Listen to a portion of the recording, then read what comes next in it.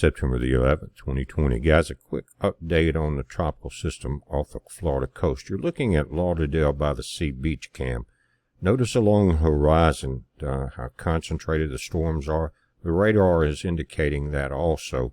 It's now tropical depression, and it's got sustained winds of 35 miles an hour. Right now, the new model just came out 12 minutes ago and at 5 o'clock. And they're showing a strike on the Mississippi Gulf Coast Tuesday afternoon at 70 mile per hour sustained winds. I think we're going to see a Cat 1 out of it. Right now it's at 35 miles per hour sustained. It is moving west-northwest at 8 miles an hour. Not that fast. It's going to take most of the night for it to cross the Florida Peninsula. Again, here's what we're looking at, and by the end of the video, the other update from Fox will come in with some speed information. But right now you can see at 5 p.m. the location. In the yellow you have tropical storm watches going up along the Florida coast. Now it's not predicted to become a storm until after it reemerges into the Gulf 2 a.m. Sunday. That would be after midnight Saturday night.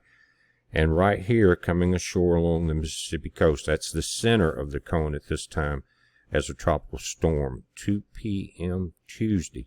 Notice how it's going to start affecting the Gulf Coast from Panama City all the way towards Mississippi at 2 p.m. Sunday afternoon. It's that close in the northeast quadrant, and the storm is going to be the strongest.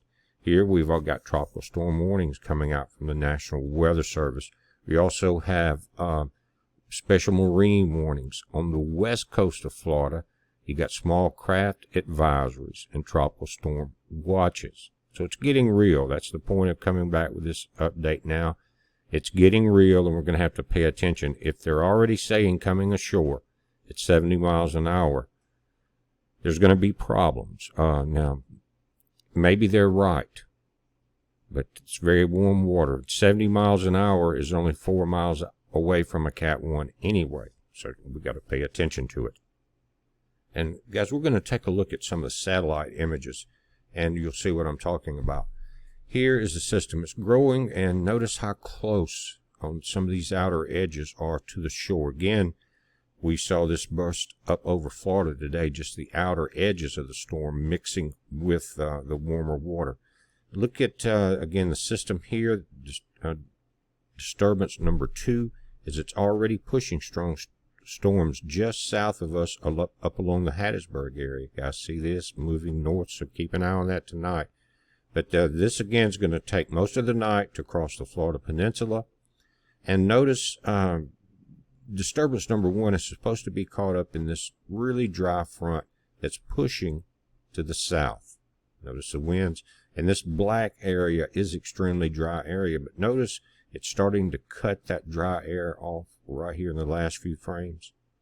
And so again, it's starting to push. This one disturbance is pushing that way. And guys, out on the west coast, as this satellite images start this morning, look how thick the smoke is coming off the coast. And it's being pulled north at this point.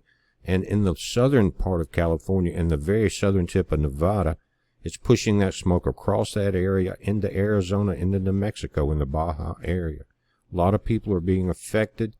They've arrested a few people for setting these fires.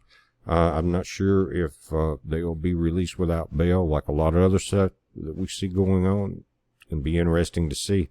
Looking a little further north, same situation. Again, a lot of this is being affected by El Nino. In this particular image, it's in somewhat of a blessing that a lot of the smoke is being pulled offshore, okay? But the fires are still there. You cannot take your guard off of it. People are dying, a lot of property. Now, just, again, this update has come in now. I want to show you the speeds that are on the model that are not on the National Hurricane Center. You got coming in tonight, 2 a.m., coming ashore, 35 mile per hour storm. Sunday, 40 miles an hour here. Sunday, 2 a.m., 40 miles an hour. That in the afternoon, 50. But as it's coming ashore, Tuesday at 2 p.m. on the Mississippi coast, 70 miles per hour. And 74 is a Cat 1. It's going to be crossing some very warm water, and it has a lot of energy. We're in the peak of hurricane season, and you can tell by all the different storms that we're watching across the Atlantic and in the Gulf that there's a lot of energy that has pent up, and that's pent up in heat. The oceans and the land surfaces need to release a lot of heat. It's been very hot here since the hurricane. Now, guys, this is very strange. I want to point this out. On the left, you have St. John's and Halifax. This is North America.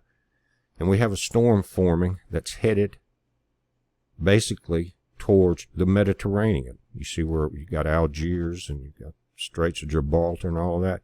Very unusual, and it makes me think, no way to prove it, that the magnetics of the Earth are following the magnetics of the sun. Now, remember the video where it showed that we were connected by a giant plasma tube to the sun? All the planets are. It's called the Earth Connectivity Point. And the sun is now going into solar cycle 25, which means it reverses magnetic polarity, which it does every 11.8 years. It's not like the Earth's magnetic at all. Now, because of grand solar minimum, weakened shields, are we seeing the strange weather, stranger than normal, because of the magnetics of the sun and that plasma tube connection affecting the weather on this planet? Our Earth, the weather here, space weather controls our weather. But it's just a heads up, guys. I don't think I've ever seen this. Be safe.